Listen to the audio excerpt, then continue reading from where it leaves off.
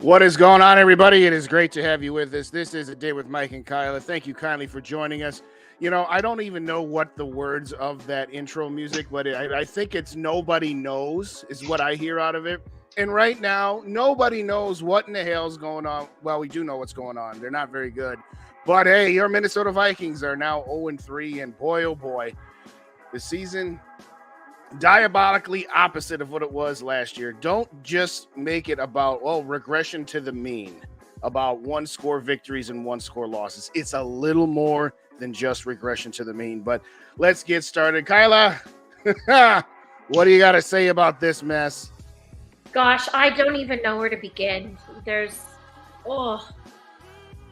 like the obvious one being the turnovers, just absolutely insane. But there's so many more issues other than that. Like, don't even get me started on the final two drives. Like, mind-boggling that this is an NFL professional team. Like, what was that? Dropped passes. We cannot get to the quarterback. We let Keenan Allen just run around us. He was wide open all day. 18 targets. Or 18 catches on 20 targets. No. And we don't target Justin Jefferson to the second quarter. That's another thing. Like, I get trying to get Madison involved early after the last week he's had. But how do you not get Justin Jefferson involved until the second quarter? And then, you know, if we're ignoring the passing game, which is like what we excel at, we're playing from behind the rest of the game. That's exactly what happened. It was just, ugh. Other than that, Mrs. Lincoln, how was the play? Mike, what do you think? I'll be honest. You know, it's fitting. We have 3 losses. We might as well be the Three Stooges, this team. Like, genuinely, they're so bad. And honestly, it's good for my heart and my soul. I could just throw it in now. All the yelling that I usually have during game, I'm going to be as calm as a cucumber. I don't care. This season is a write-off now. It's not even like You're already there? Oh, yeah. You're already there? I don't care if they beat Carolina. That is literally irrelevant to me. This team, man, I don't think I've ever seen a team be 0-3 in this fashion. This franchise is really special. And I mean that in the most sarcastic way humanly possible. What a disgrace. But, Mike, we just need to beat Carolina because when the Kansas City Chiefs come to town, they'll be distracted with Taylor and Travis Mania. That, you know, Taylor, I'm being sarcastic. No, I know you are. The Vikings have a chance of beating Kansas City because the team's going to be distracted with the Taylor Swift dating one of their players. Get out of here! I genuinely believe there will be people. There genuinely will be people in this fan base that will say, but I'm with you, Justin. As a franchise, hold on. If that's where we are, that we're hoping to have an advantage over a team because one of, if not the most popular pop stars in transcending any genre, whether it's sports, music, acting. One of, if not the most popular people is dating one of their 53 players, and that's going to be a distraction to a team, and that gives us an advantage. If that's where we are, then shut the whole thing down. I digress. Go ahead, Mike. You were saying. It's just like, you know, remember last week, feels like a couple of weeks ago, we're back to the therapy sessions. It generally feels like all over again. But I said Kirk Cousins' bad games were coming. And statistically, this game looked good. This was not a good performance. How on earth I have to laugh, a 35-year-old quarterback doesn't throw a pass on 4th and goal past the goal line is beyond me on the one drive. Because we can talk about JJ's penalty, and that's foolish. But if you complete the pass to the end zone, at least you would have had a second chance at it. And then he completes a 4th and 5 to TJ Hawkinson on the last drive. The Chargers were literally saying, here you go. Take your first victory. Here you go. And he doesn't spike the football. Like, bro, you're not a 22-year-old rookie. But even if you were, I'd expect you to make that decision. He's like this. He's panicking. You're at home, bro. And again, I don't want to sit here and make this out that I hate Kirk Cousins. But these things cannot happen for a 35-year-old quarterback. And everyone wants to say, that's KOC's fault. I remember, and this may shock you, Justin, a lot of the same things we're saying about Kevin O'Connell and clock management, we said about a former defensive coordinator from the Cincinnati Bengals who became our head coach. I cannot believe I'm saying these things. But there is an interesting thing there that Kirk Cousins was there that entire time. And I tried to defend him. He's just not wired correctly to be a franchise quarterback. He's just not. Go ahead, Kyla. You were gonna jump in. I thought you were.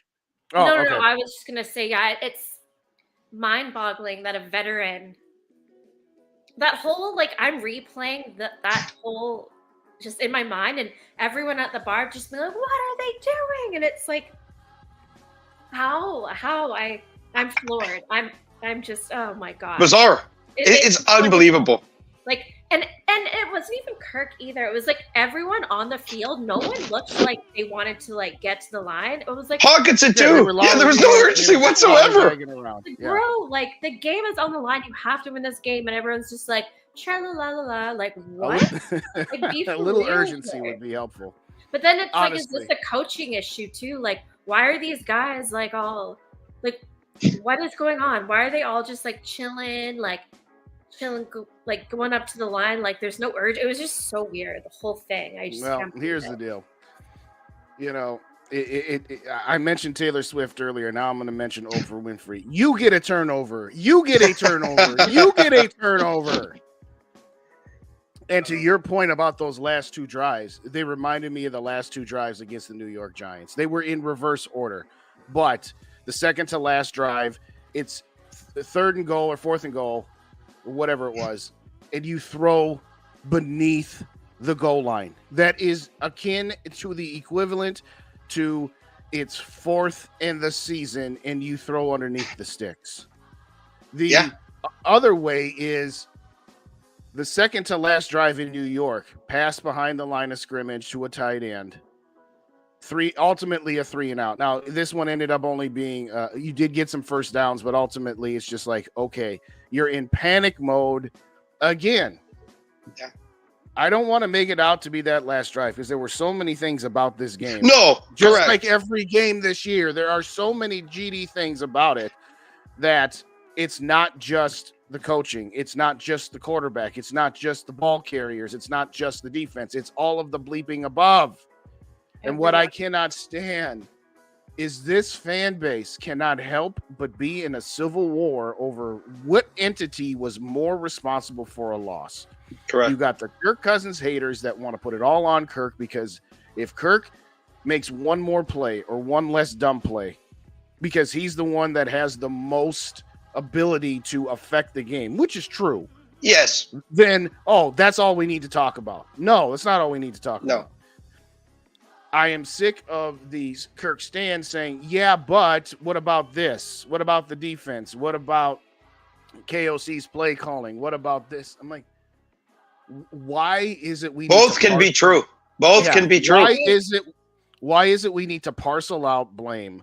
Why is it that it can't be everything? It just drives me crazy. I don't want to hear about 367 passing yards and 3 touchdowns. Those are great. That's awesome. I don't want to hear that he's the NFL's leading yardage guy. That's in touchdown passing. Yes, he is. And he deserves props for that.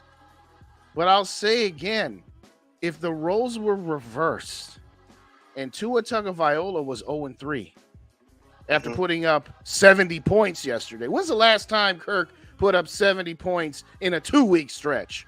Somebody find that out. Anybody in the while, chat? Probably a while. I don't know that he ever has. That's where I'm. Yeah, I mean it's a high number to achieve. I don't know that he has ever had. He very well might have. I'm not saying it's not possible. I'm not saying he hasn't. I'm saying I don't know that it's happened. But if quarterback X, who's not on the Minnesota Vikings, had all of those passing stats, but his team was 0-3, the Kirk stands would not be saying how wonderful that quarterback is. That's true. Be saying he didn't come through in the clutch. Yeah. He didn't do this. He didn't do that. So I'm just sick and tired. Part of the reason I mean, I want to move on for a lot of reasons, some of which are altruistic and some of which actually have some logic to it.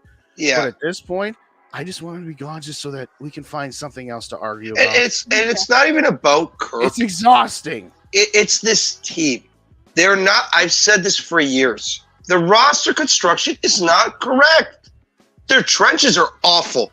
They've got to be bottom 5 in the entire NFL, and the interior defensive line, interior offensive line, and D line. Absolutely. Dean Lowry might be one of the worst players I've ever watched on this team. He stinks. Well, we don't know that, Mike, because we haven't seen Marcus Davenport yet. Who is Marcus Davenport? Yeah. Do I know him? No, we don't have it. Does he wear the number? His number represents how many games he's actually played for this team. Well, no, he played 4 snaps in Philly. Oh. Properly playing. Yeah. I mean, 4 snaps don't count. Me and you and Kyla could play 4 snaps and no one would realize either. I don't know. Between the 3 of us, we'd probably all get depleted and concussed on. That's true. But that's still only 3 snaps. True. But your point is well seen. But my overarching point was when we signed Dean Lowry, I'm just like, I remember seeing Dean Lowry make some plays here and there. Yeah. And I'm thinking to myself, well, yeah, he's got Kenny Clark next to him. He's DJ Wanham. He's worse than DJ Wanham. Yeah, he's actually worse. That's a real achievement. He's actually worse. DJ Wanham, hey, Mr. DJ, turn the sacks up, is the guy who is there to clean up the mess that your teammates created. He had a stretch back in, was it 2019 or 2020? I don't remember which year. Maybe it was 20. I don't remember what year it was, but he had a stretch of like 6 or 7 games where he had like 9 sacks. And maybe one of them was a sack he legitimately earned. That wasn't his teammates flushing the quarterback right to him, or he's chasing the quarterback and he ends up pushing him out of bounds and it goes down as a sack. This guy is worse than DJ Wanham. Oh, by far. He's really bad. If you're going to sign, who we talk? What's the dude? Davenport? No, the guy from Green Bay. Oh, Dean Lowry. Lowry, thank you. That's how forgettable he is. I literally just forgot what his name was. I said, unless you're bringing over Kenny Clark and Preston Smith, why are you bringing over the 3rd or 4th wheel of their defensive line who's just kind of there? Because right now he's just kind of there. And I don't even know if he's doing that. He's so bad. He is so bad. He's not even just there. Like, he's not even noticeable. Jerick LeRoy is a rookie. Played his first game yesterday. He needs to just be starting. He was better than him. I'm done with Dean Lowry. It's not being noticeable, though. Is that worse than being, like, too noticeable on the line in, like, the worst way? Like, Ed Ingram is noticeably awful. Yes, but at least he can run block. Dean Lowry can't even do it. Yeah. Dean Lowry can't pass rush, and he can't run tackle either. Oh. No. Nope. All right, let's circle back to which monstrosity should we talk about next? I don't even know. I'm 3 and 17. Say again? 3rd and 17. Oh, 3rd and 17. Okay, so again, I'm not trying to make this about Kirk, but Justin Herbert, great game plan by him and his coaching staff yesterday. They know they can't run the ball. They know the Vikings are terrible at stopping the run, and they still don't even try to run the ball. They say, nah, we're just going to do quick passes. We're going to do smoke screens to the wide receivers all day to loosen up the defense and substitute that as our running game.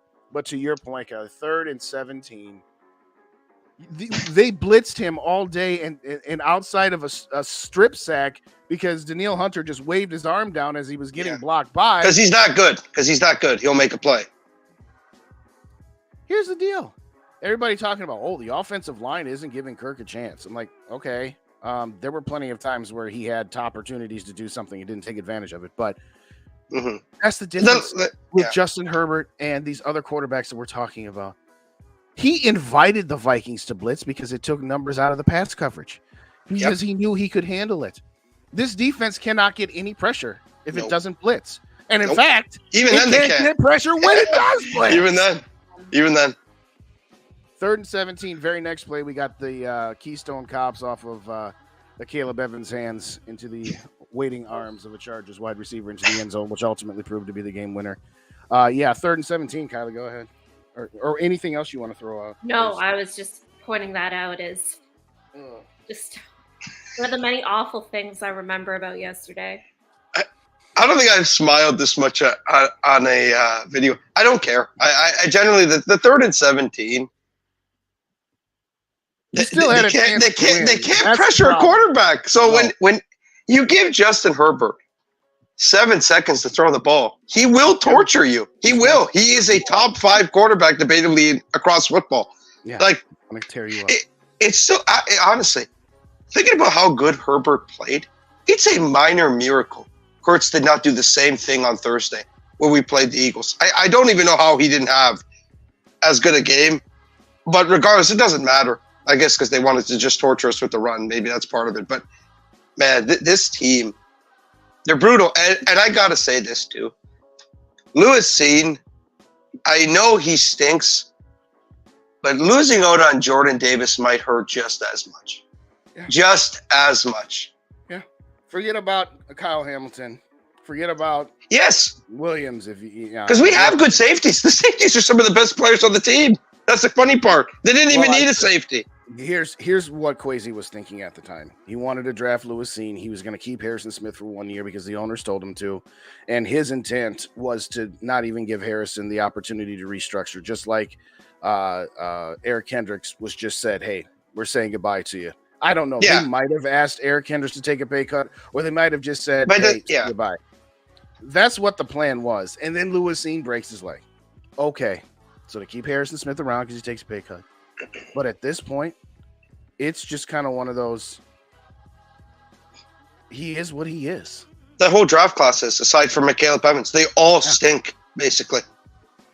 I've always made my stance on Kwesi well known that I separate his drafting from his free agency signings and whatnot, because I will give him the benefit of the doubt due to the fact that he's worked with one hand tied behind his back, being that he's had no salary cap space and that he's been given a directive from his owners. Hey, not only do I need you to clean up the salary cap mess, but I need you to still be competitive simultaneously. I'm like, it's pretty difficult to do that. And we're seeing the results of that. We're seeing the results of him not having the resources. Yeah. Okay. We can talk about Marcus Davenport. That was a bad signing. Okay. Dean Lowry too. Dean Lowry, bad signing. Josh Oliver. Okay, looks like a solid signing. Very good signing. But by and large, he signed these guys to 1 or 2 year deals. Well, Oliver's technically he's 3, but he signed them to short-term deals because he didn't have a whole lot of pocket change to work with. Again, Marcus Davenport, $13.5 million. Only 6.7 of it is hitting this year's cap. 6.8 of it is hitting next year's cap. So 10.5 of it was fully guaranteed at signing too. Just brutal. That's crazy. I don't know what to make of this team. I mean, you know, what's funny about it, we're also going to have the Civil War about, hey, should we tank or not? I said, tanking isn't even really the question. No, because they won't do it. What difference does it make if you're tanking or not? They're that bad. Yeah. But we all know, I think Mike and I were talking about this morning. I can't remember.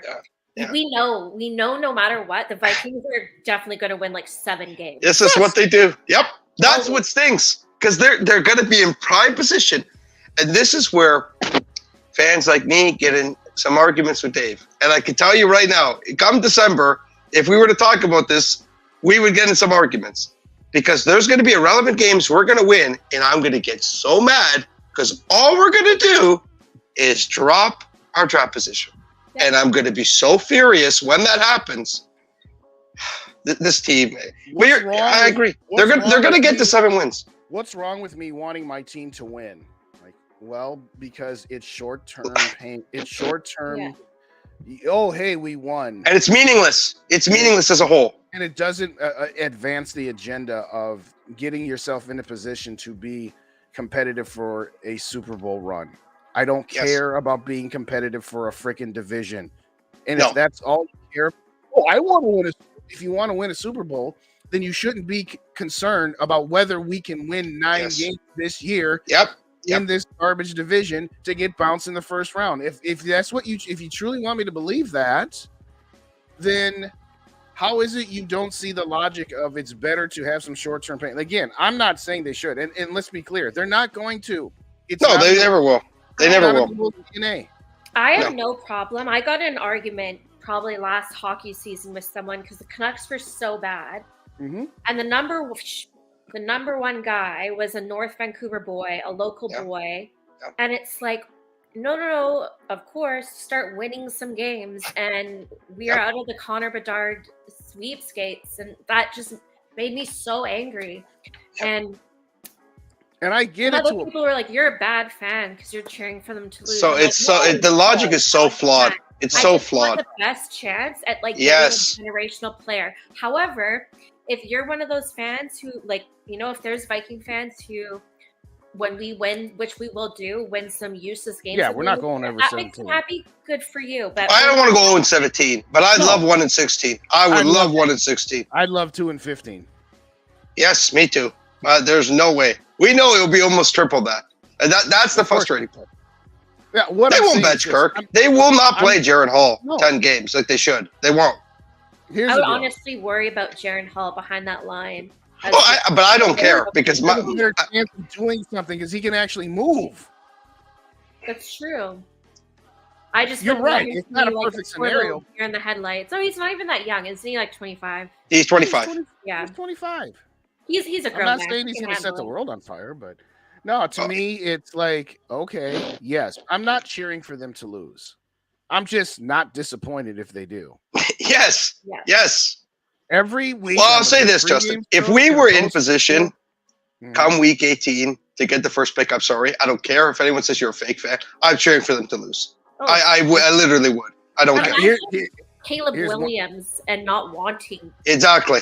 Yes. Imagine, Justin Jefferson's going to ask to get out of here if you don't bring back Kirk Cousins. That's upsetting me too.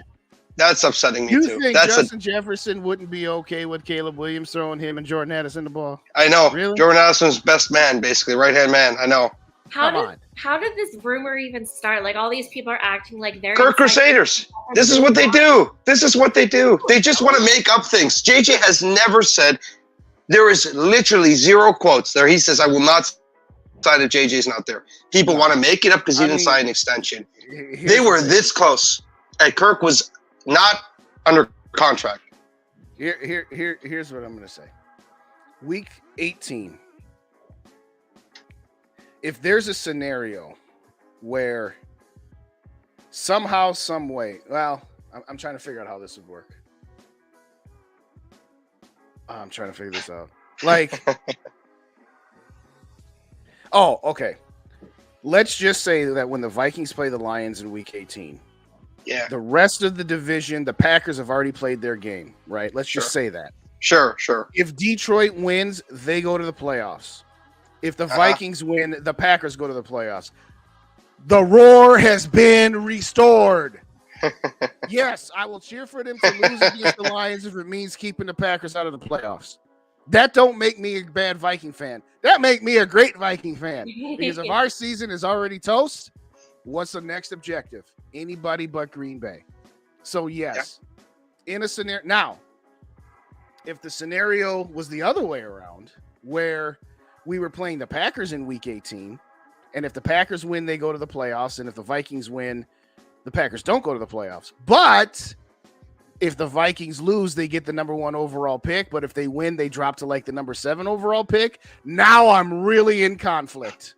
You've got to do the right thing, Justin. You've got to do the right thing.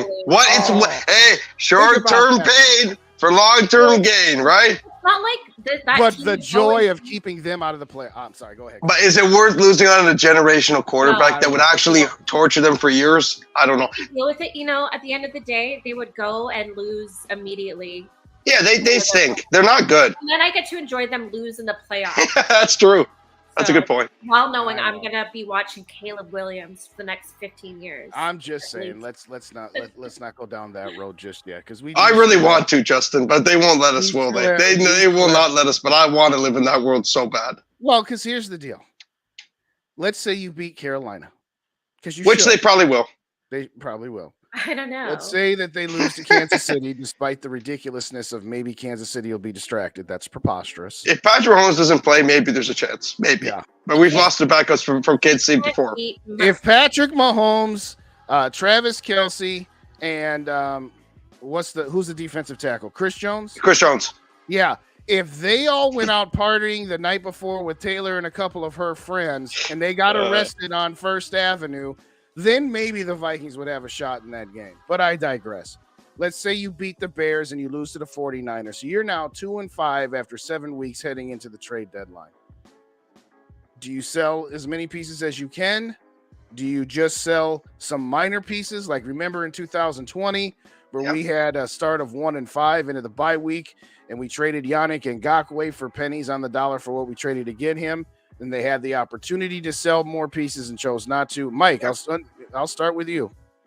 What do you do if you're 2-5 after 7 games? Do you start fire sale or do you keep on trying? So what I'm going to do or what they would do? I'm saying you. I'm coming around. This is not – I tweeted this yesterday. I got all sorts of people angering me, and I thought it was kind of funny.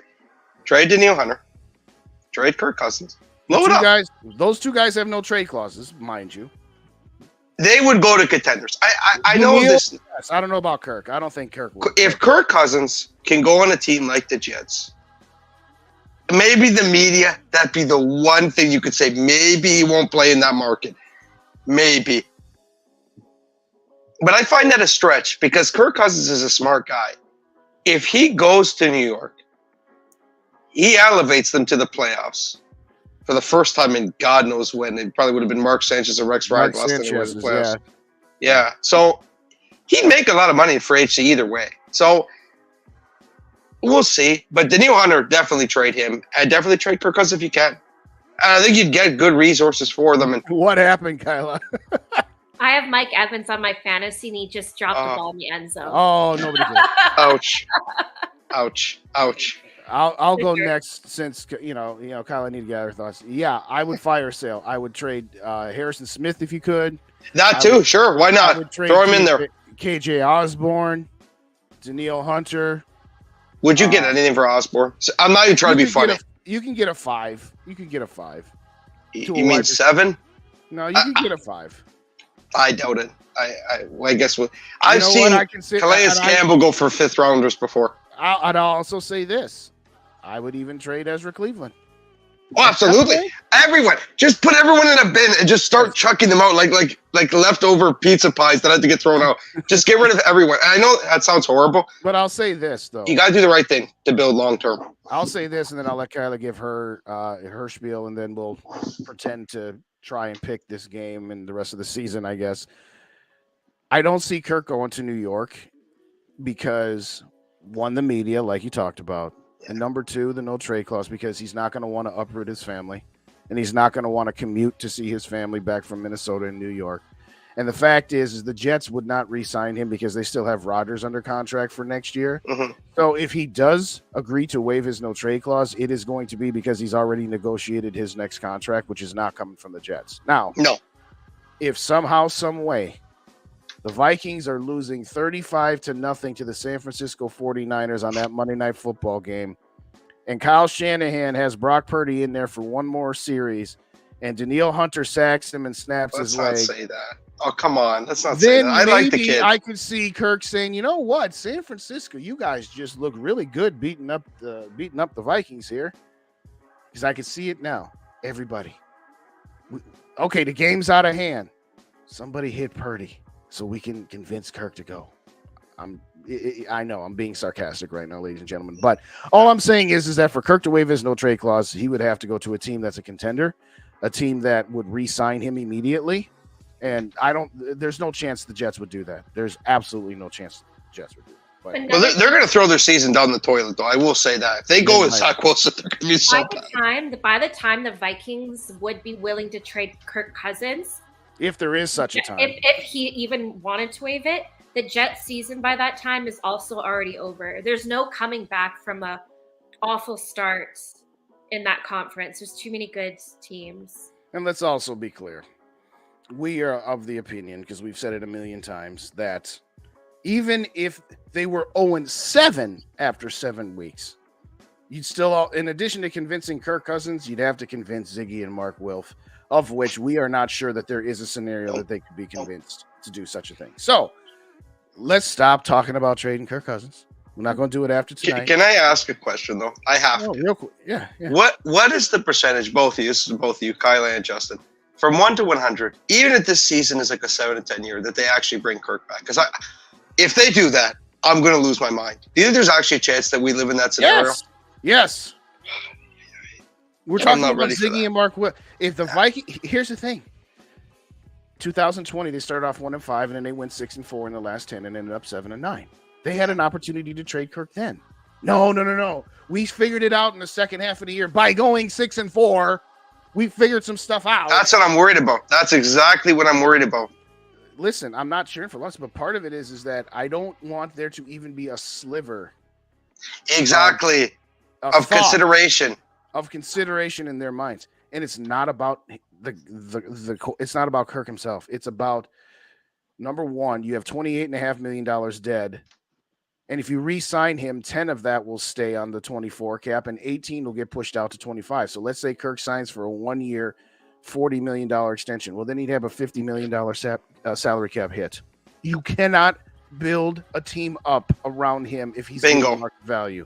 And even if he took slightly less than market value, the fact that you've already pushed out some prorated bonus money into next season and beyond means there is no reasonable. Yeah, if Kirk said, I will take a 1-year, $10 million extension and his salary cap hits now only 20, sure. Well, then you have no Of course choice. he's not going to do that. No, absolutely not. No.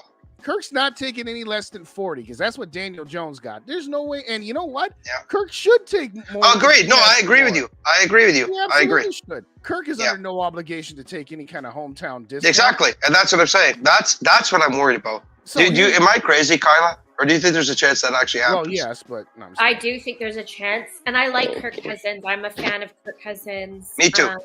But it's time to hit the reset. It's time. This did not work. We've had Yes. it's time. He's, next season he'd be 36. Mhm. Cut our losses. We need to go with someone new. Like it's just time. And I know so many people are like, oh well, if we get some experimental rookie like Justin Jefferson's not going to want to stay because we'll be losing. Like, we're losing now. Like, Mike, We've had one play. I think this is what bothers me. A lot of people magically forget. We've had one playoff season with JJ. One. And it was fraudulent for the most part. We all said that it was a fun ride and we enjoyed it, but we knew it wouldn't last. right. We knew Here's it. Here's the other thing. Do you remember back in February before the season started and there was the obligatory Kirk Cousins to San Francisco for Trey Lance and some other draft? I would have done it.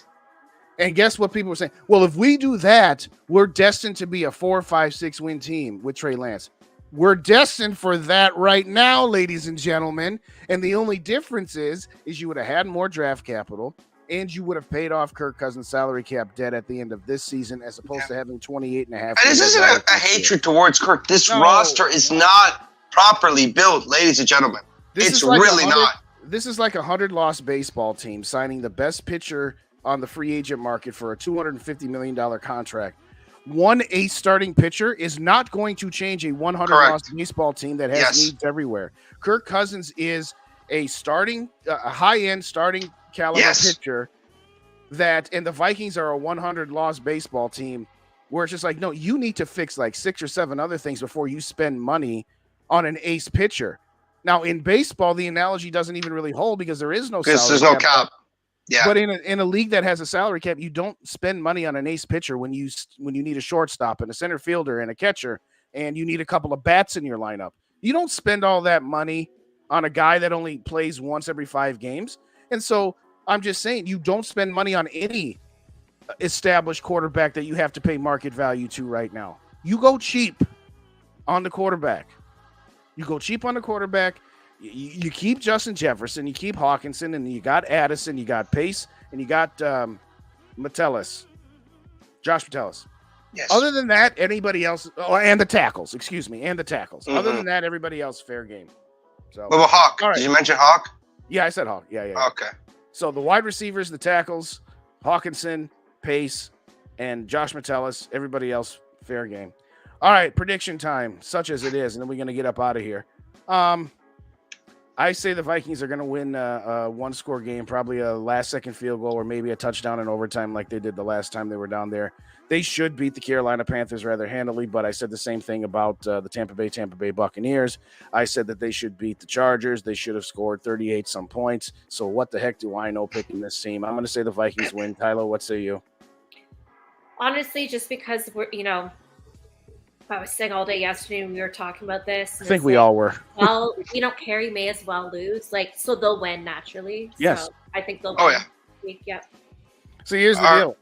Oh, yeah. Go, Mike. No, I was just going to say, our pal Kyle from Twitter, NC Dog Dude, does the Purple People podcast, is going to be at that game. So they're going to win the game just because Carolina is worse than us. It doesn't take much to be, bad, but they're really bad. And even with Andy Dalton, I don't fear that offense. And I don't feel in revenge game. I've heard that 1,000 times already this offseason. As if he's not a diminished player. Yes, he had a good game last week. Yippee. As if the Vikings are not going to make sure they don't let Adam Thielen beat them. But they'll win the game by like a touchdown. I really don't care, though, because that's the my thing. key is get me to 4 to 5 wins. That's what I want, but it's not going to happen. Now, my key is get me to 2 wins over the Packers, but it's the Vikings. They'll find a way. If 4 to 5 works, you can put 2 in there. That's 3, and then we, 2 more in somewhere else. How is it a revenge game for Adam Thielen? Like this organization, I don't know. Pay him millions of dollars, changed his life. I don't know. Gave him a shot in the first place. Yes, exactly. It was a tryout. Yeah, he wasn't even a UDFA. He was a UDFA tryout. The organization that gave him a shot and helped him live out his dream and make millions of dollars for his family. Every game is a revenge game because at every game somebody is playing. There's at least one player or coach that's playing his former team. It is literally impossible to not have a game in the NFL Pretty where much. at least one player or coach is not going up against a former team. So every game is a revenge game. Yeah. It's ridiculous.